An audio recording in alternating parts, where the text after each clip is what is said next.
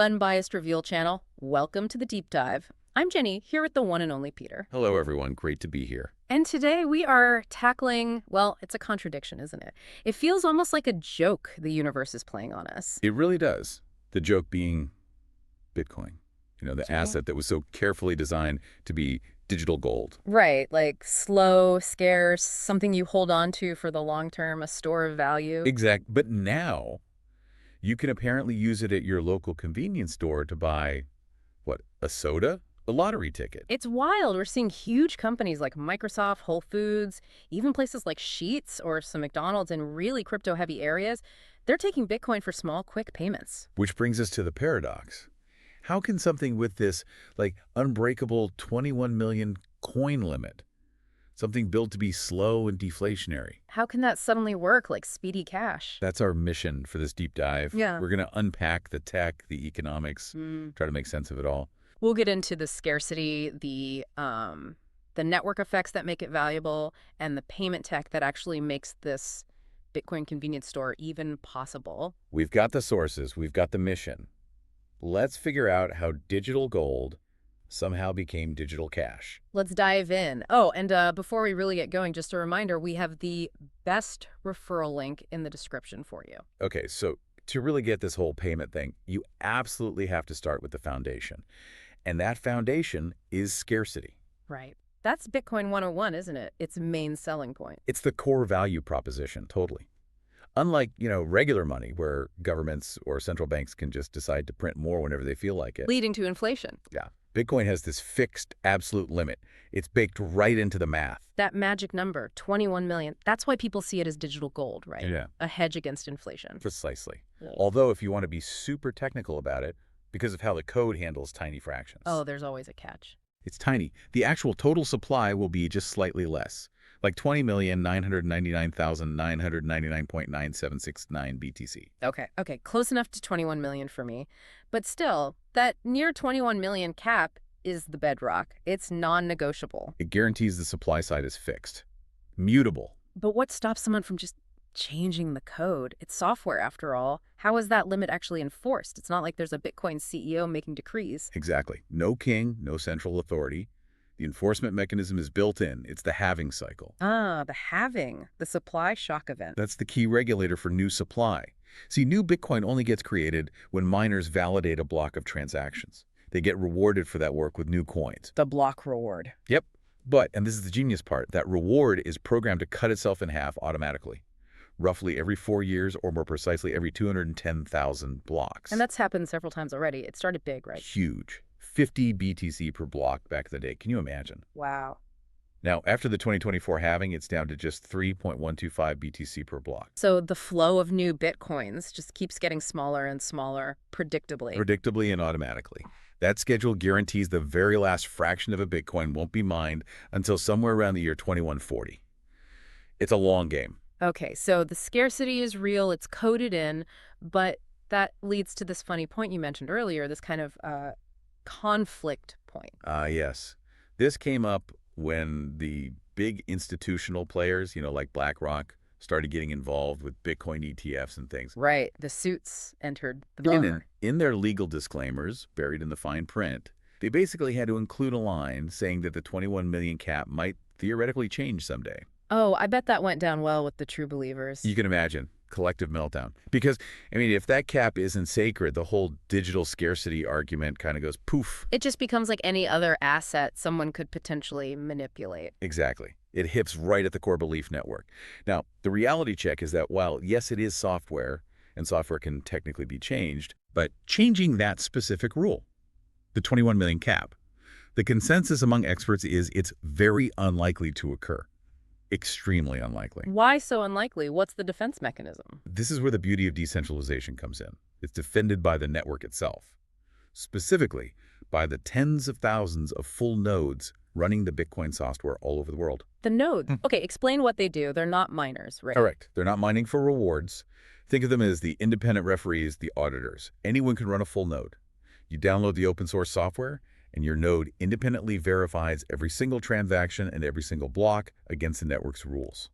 including the 21 million supply rule. So they're the rule keepers. They are the ultimate decentralized jury. Let's say a huge mining operation, maybe even one controlling over half the network's computing power, tried to cheat. The dreaded 51% attack scenario. Right. Let's say they submit a block that tries to create extra coins, violating the 21 million cap. What happens? The nodes, they just say no. Every single full node, independently, without coordinating, would look at that block, check it against the rules, see it violates the supply cap, and instantly reject it. Bam. Invalid. They just wouldn't add it to their copy of the blockchain. Exactly. So that miner, despite all their computing power and electricity costs... They get nothing. Yeah. Their block is orphaned, ignored. Precisely. It makes attempting to cheat incredibly expensive and ultimately futile. The network defends itself. That leads perfectly into that golden sentence you highlighted. It really does. It sums it up. The system ensures the cap of 21 million bitcoins will ever be in existence, not because of a king, but because the decentralized network rejects any attempts to cheat. It's backed by math and code, not by some person or committee. That's the foundation. That scarcity is what gives the asset its core value. Okay, so we've nailed the scarcity part. Mhm. It's digital gold, super secure, limited supply. That makes sense as a store of value, layer one. Right. But a gold bar sitting in a vault doesn't buy me a coffee. So how does this scarce asset encourage people to actually use it for payments? Why does scarcity also drive transactional use? This is where another really powerful, almost invisible force comes into play. Yeah. The network effect. Network effects. I hear that term thrown around a lot with tech companies. What does it actually mean in simple terms? It's a fundamental economic principle, honestly. Yeah. And it's incredibly powerful. It creates what they call an economic moat, making established players really hard to beat. Like a defensive wall. Exactly. Put simply, the more people who use a network, the more valuable that network becomes for everyone on it. And not just linearly, the value grows exponentially. Okay, give me that aha analogy you mentioned. The classic one is the telephone. Imagine the very first telephone ever made. Who are you going to call? Nobody. It's useless. Totally useless. Now, fast forward. Billions of phones, computers, devices, all connected via the internet. The number of possible connections you can make is astronomical, quintillions. Right. The value exploded as more people join. That explosive growth has a name, Metcalfe's law. It basically says the value of a network is proportional to the square of the number of connected users. More users, much, much more value. V equals N squared, roughly. Yeah, got it. And the value isn't just the price, it's the utility, the connectivity, the possibilities. And you're saying Bitcoin has this network effect, Mm-hmm. but it feels more complex than just phones calling phones. Oh, definitely. Bitcoin isn't just a simple one-sided network like the old telephone system where users connect with similar users. Our sources point out it has multiple layers of network effects working together, maybe 7 or more. 7 layers. Okay, let's stick to the main ones for now. Good idea. Let's focus on the big 3. The most fundamental, maybe the weirdest one, is the belief network effect. Belief, like collective delusion. Sort of. But think about all money, whether it's seashells, gold coins, or a dollar bill. What gives it value? Well, historically, the government says it has value. Taxes, laws. Right. Historically, belief was enforced by a hierarchy, a king, a government, the central bank. They used their power laws, military, to make you believe and accept their currency. Okay. Bitcoin completely flips that. This is where that other golden sentence comes in. Bitcoin killed the king and is replacing it with a network. I like that. Powerful idea. The reasons to believe in Bitcoin aren't based on a central authority. They're based on the software rules we just talked about, the scarcity, the transparency. They're based on its ubiquity. It works anywhere with internet. And its resiliency, no single point of failure can shut it down. So the belief comes from the network's properties, not a person's decree. Exactly. And just like Metcalfe's law, the more people who share that belief, the stronger, more valuable that belief itself becomes. It's why people are often resistant to giving up belief in their national currency and why Bitcoin holders can seem so fervent. Their belief strengthens the network. Okay, that collective confidence makes sense. How does that connect to payments, though? It feeds directly into the second key layer, the marketplace network effect. This one is crucial. It's a two-sided network. Two-sided, like buyers and sellers. Precisely. On one side, you have the holders, the speculators, the investors, the buyers in a broad sense.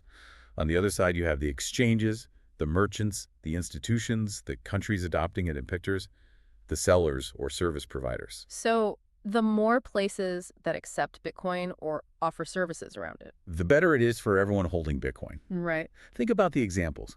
Big global banks like GBS in Singapore offering custody. Firms like NYDIG helping companies put Bitcoin on their balance sheet. They're building the on-ramps and They're off-ramps. building the infrastructure. And it's not just speculation.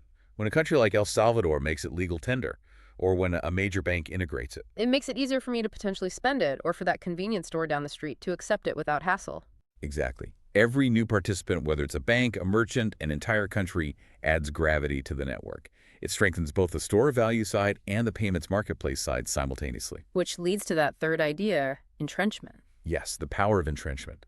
Analysts often say that once a network like this reaches a certain critical mass, maybe a valuation over, say, $100 billion, it becomes incredibly difficult to displace Why? because of those network effects.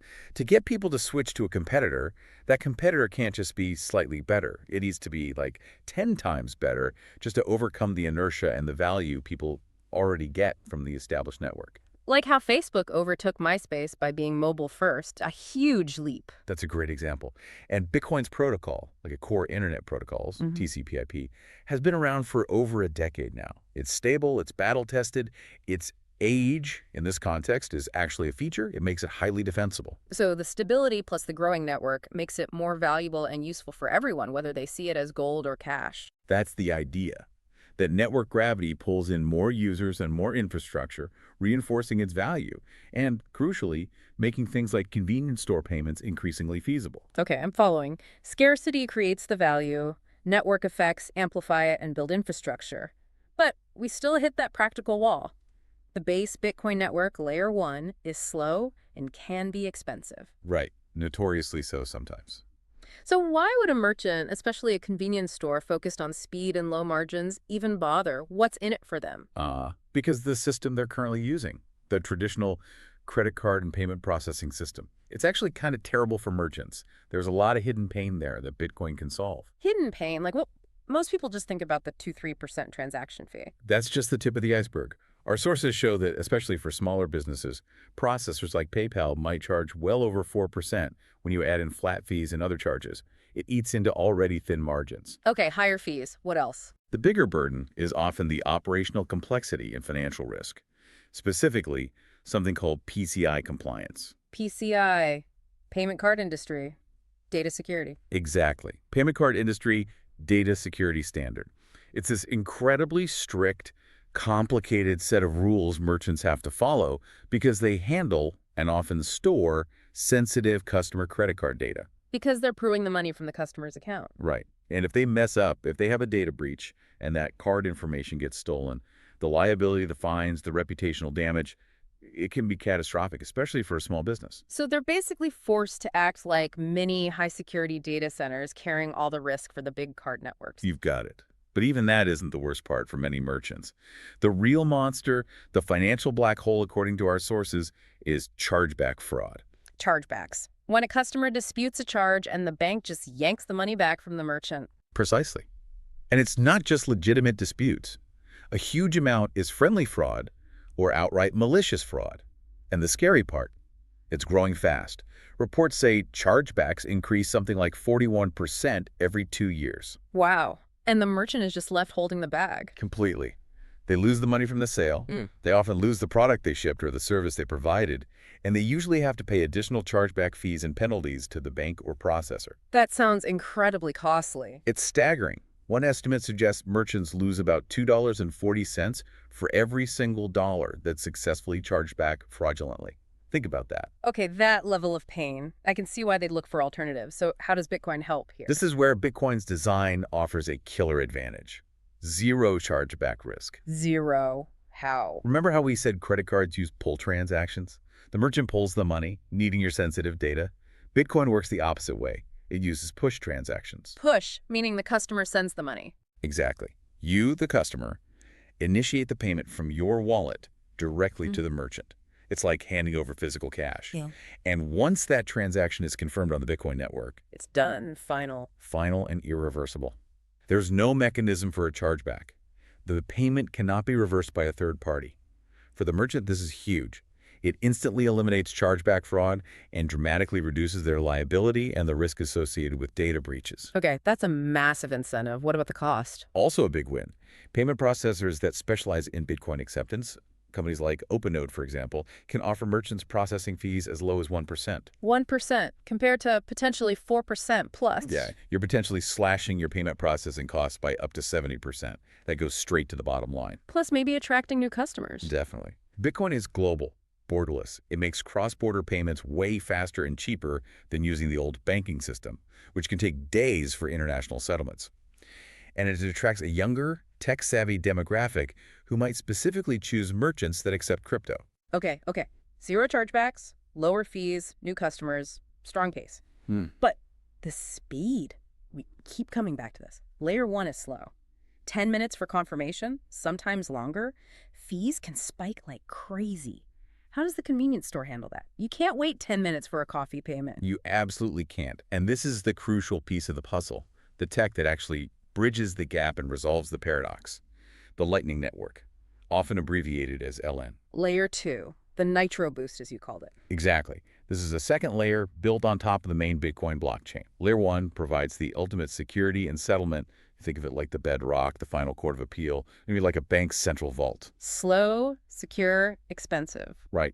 The Lightning Network is built specifically for speed, volume, and low cost. It's designed for everyday payments, even tiny micropayments. How does it work? How does it get around the layer 1 bottleneck? It uses something called off-chain payment channels. This is the clever part. Off-chain, meaning not directly on the main blockchain. Right. Imagine you want to regularly buy coffee from your local shop. You and the shop can open a Lightning channel together. This involves one initial transaction on the main Bitcoin blockchain, Layer 1, where you both lock up some Bitcoin into a special, shared, multi-signature address. Okay, so one layer 1 transaction to open the channel. Yes. But once that channel's open, you and the coffee shop can send potentially thousands, even millions of transactions back and forth instantly between yourselves without ever touching the main blockchain again until you decide to close the channel. Like running a tab. You just keep track of the balance between you. That's a perfect analogy. It's like a private secure tab running between the two parties. Each payment, buying a coffee, getting a refund, whatever, just updates the balance within that channel. It's all secured cryptographically using something called hash time lock contracts, or HTLCs, so neither party can cheat. And because it's not hitting the main chain for every single coffee. The fees become minuscule. We're talking fractions of a penny, often measured in satoshis, the smallest unit of Bitcoin, and the settlement time.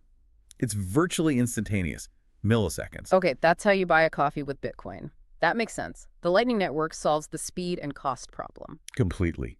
It enables high-frequency retail payments, micropayments for things like streaming content per second or paying for API calls, things that were impossible on Layer 1. So how does this look at the checkout counter? Is it complicated for the merchant or the customer? Increasingly, no. Companies like Carat, which is part of Fiserv, a huge traditional payment processor, are integrating this seamlessly.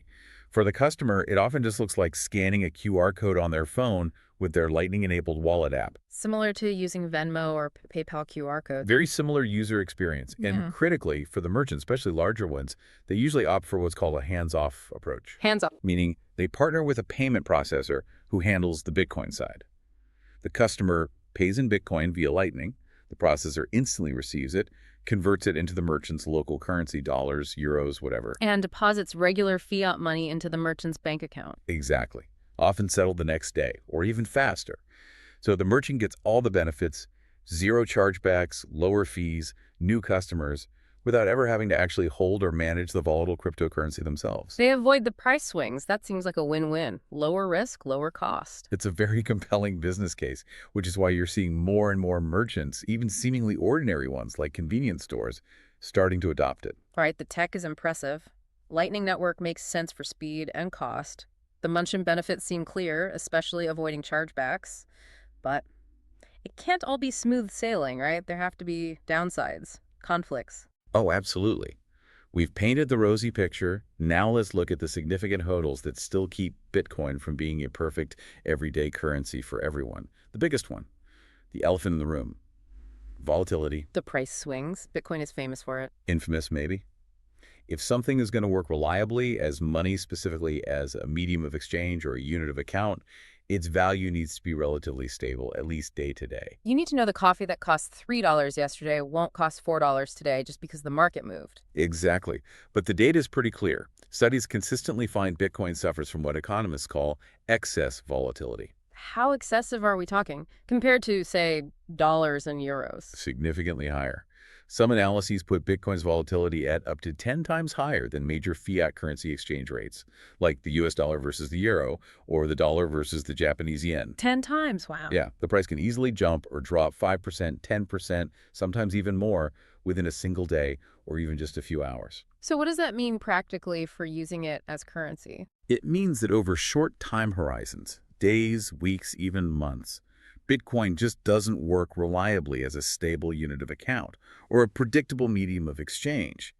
It can work as a store of value, but really only if you have a very long time horizon, like years or decades, to ride out the waves. Which totally reinforces why that hands-off approach for merchants is so crucial. They need to convert it to fiat instantly to avoid that roller coaster. It's not just a nice to have, it's almost a necessity for most businesses operating on normal margins. They can't afford to have their revenue potentially evaporate between the time of sale and settlement. Okay, so volatility is a major economic hurdle. But you mentioned even if they solve that with instant conversion, there's another big headache. Oh yes. Once you sidestep the volatility issue, you run smack into a wall of operational and accounting complexity. Hmm. Let's call it the taxman cometh, or maybe the barter problem. The barter problem sounds ominous. I sense pain here. Why is buying a $5 coffee with Bitcoin a tax nightmare? Because of how tax authorities, especially the IRS in the United States, currently classify cryptocurrencies. For tax purposes, spending crypto isn't usually seen as just spending money. It's often treated as disposing of property, like a barter transaction. Barter, like trading goods? Essentially, yes. When you spend Bitcoin to buy something, the IRS views it as two separate events happening simultaneously. Okay. First, you are considered to have sold the Bitcoin you just spent for the fair market value in dollars at that exact moment. Second, you use those dollars to buy the coffee. Wait, so every time I buy anything with Bitcoin, I might be triggering a taxable event? Potentially, yes. Oh. Specifically, a capital gains or loss event. Oh man, explain that. You have to compare the value of the Bitcoin at the moment you spent it to what you originally paid for that specific fraction of Bitcoin its cost basis. My head hurts already. Right. So let's say you bought one Bitcoin 2 years ago for $10,000. Today, the price is $60,000. You go buy that $6 coffee using, say, 0.0001 BTC. In the eyes of the IRS, you just sold 0.0001 BTC, which cost you $1 originally, for $6.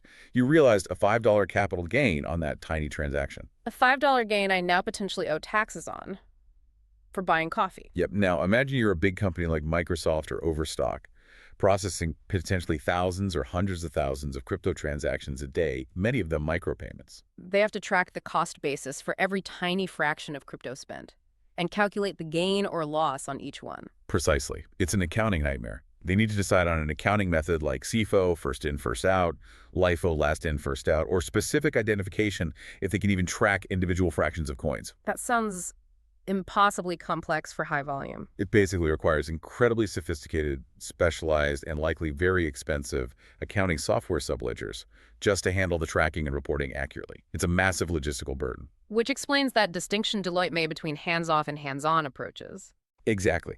Hands-off means using a processor like BitPay or OpenNode. They handle the crypto, instantly convert it to fiat, and the merchant just gets dollars. The merchant avoids the volatility and this nightmarish tax tracking complexity. That hands-on. Hands-on means the company actually receives and holds the Bitcoin on its own balance sheet. This unlocks some cool potential benefits near real-time global money movement, new treasury management options, maybe using it as collateral. It dumps that massive tax and accounting complexity right onto their finance department. Right under their treasury team. They need secure wallet infrastructure, hot wallets for transactions, cold storage for security. They need those complex subledger systems. They need specialized expertise. The operational overhead goes way up. So that complexity is a huge break on companies just deciding to hold Bitcoin themselves. A very significant break, yes. And finally, layered on top of all this, you have the persistent shadow of regulatory risk. The governments versus the network. It's the age-old battle, isn't it? The established hierarchies versus these new decentralized networks that don't respect borders or traditional controls. And Bitcoin maximalists might believe the network always wins. They often hold the deep conviction, network gravity will prevail, code is law, etc. And maybe they're right in the very long run. But we have to be realistic about the power governments still hold, especially major ones like the US and China. They potentially have the most to lose if a truly stateless, censorship-resistant form of money gains mass adoption. So what can they do? They can't just ban the math, right? Technically, no. It's very hard to ban a decentralized protocol running on tens of thousands of computers globally. But they don't need to ban the protocol itself. There's a well-worn playbook for suppressing technologies they don't like. What's the playbook look like? Think back to the early 2000s, things like Napster, Kazaa, peer-to-peer file sharing. Distributed networks, what did governments do? They went after the companies, the developers, the users, lots of lawsuits, fines. Exactly. The playbook, as some sources humorously put it, is pretty simple. You don't ban the tech, you pass laws making it illegal to use the tech, or illegal for regulated businesses like banks and exchanges to interact with it. Then, you stage a few very high-profile, very public arrests or enforcement actions. Make an example of some. Make a very visible example. Cameras rolling, perp walks, scary headlines. The goal is to generate widespread public fear. Even if the tech itself is unstoppable, if 95% of the population becomes too scared to touch it, or if businesses are terrified of regulatory crackdowns. You effectively suppress mainstream adoption within your borders. You can significantly chill activity, yes. Even if the network continues to operate globally, you can push it underground locally. It becomes a battle between the network's inherent resilience and the state's ability to project power and create fear. And how that plays out, it could take years, maybe decades. Could easily take 15 years or more to see how that global tug-of-war resolves. So, regulatory uncertainty remains a major caveat hanging over the entire space. #V outro. So let's try and wrap up this deep dive. We started with that central paradox. Bitcoin, this scarce, slow digital gold. How is it ending up in convenience stores for quick payments? And the answer really is technology layered on top of that foundation. Layer 1 gives you the absolute scarcity and security. The bedrock. But it's Layer 2 solutions, especially the Lightning Network, that provide the critical speed and low cost needed for those everyday instant transactions. Absolutely. And merchants. They're drawn in not necessarily because they love Bitcoin itself, but because it solves real-world pain points for them. Number one being that zero chargeback risk. That's huge. Huge. Plus, significantly lower processing fees compared to credit cards. Right. And often, they mitigate the volatility risk by just instantly converting it back to their local currency. But that core conflict remains, doesn't it? The technology makes Bitcoin, especially with Lightning, a potentially ideal payment system, super fast, super cheap, irreversible, global. Technically, yes. But the economics, that wild 10x volatility, and the sheer complexity of the tax situation, treating every purchase like selling stock. That holds it back from being a truly practical, stable currency in the way we think of dollars or euros, at least for now, over shorter time frames. We covered a lot of ground. Let's pull out those golden sentences again, the ones for you to really remember. Okay, the first one, capturing the foundation. Bitcoin is backed by mathematics, not by central authorities. Love that. And the second, about the shift in power. Bitcoin killed the king and is replacing it with a network. Powerful concepts. Okay, let's leave you, our listeners, with one final thought to chew on, something provocative. Go for it. We talked a lot about irreversibility. Bitcoin payments, once confirmed, are final. This gives merchants incredible protection against fraud that the current credit card system just doesn't offer. Right, the chargeback problem goes away. So here's the thought. If enough people and merchants start using this push transaction model, either with Bitcoin or maybe other systems inspired by it, could it force the traditional financial system, the Visas, the MasterCards, the banks, to eventually adopt similar, more final, perhaps blockchain-based, irreversible payment standards just to compete on security and maybe even cost? That's interesting. Could the network's properties actually force the old guard to fundamentally change how they handle fraud liability and transaction finality? Could Bitcoin inadvertently be dragging the entire global payment infrastructure towards a more secure, albeit less reversible future? Something to think about. Definitely food for thought. All right, that's all the time we have for this deep dive. Don't forget, tell them we have the best referral link in description. We really appreciate you joining us. Welcome to subscribe to my channel and like this podcast so that I can continue to make more podcasts. Your support helps us keep digging into these fascinating topics. And one last time, tell them we have the best referral link in description. Thanks for listening.